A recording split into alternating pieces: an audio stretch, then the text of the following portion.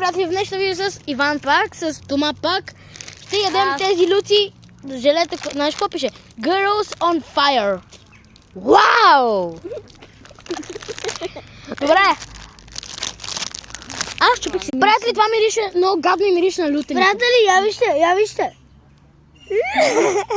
Добре, това наистина мирише много гадно. Приятелите, че ли са по... Айде на три го лапаме. Но не мирише наистина люто. 3, 2, 1. Буквално не е люто. Буквално Борис се съжалирам, няма да казвам какво. Не казах какво е. Стана люто. По едно време стана люто. Да, гадно е. Не е гадно, но буквално има много леко пикантно. Главно гадно. Това е гадно. Уа. Приятели, не си взимайте такова замеси от моите грозни дъвки. Леко е люто. Много леко. Гълбата тихо. Не, това не стана люто. Я го изяш до края.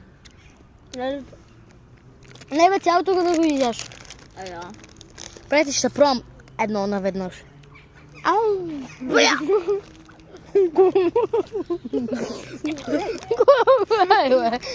Кой прави бе това? Гадно е.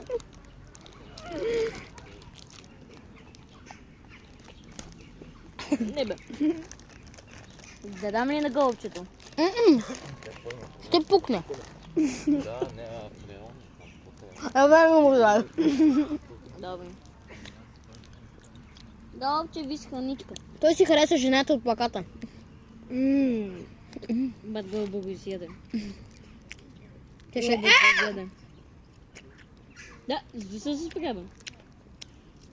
Лапни по-голям, да лапни го. Не бе. Не бе, съвет го да се не яде. Наистина става люто. Гърлото ми. Мисля ли? Гадно е. Това е ужасно. И е малко люто накрая. Моите дъвки са по-хуи. Не вам дъвките. Я, покажи ги пак. Вижте моите дъвки. За малко ми го скажи. Ксиксо.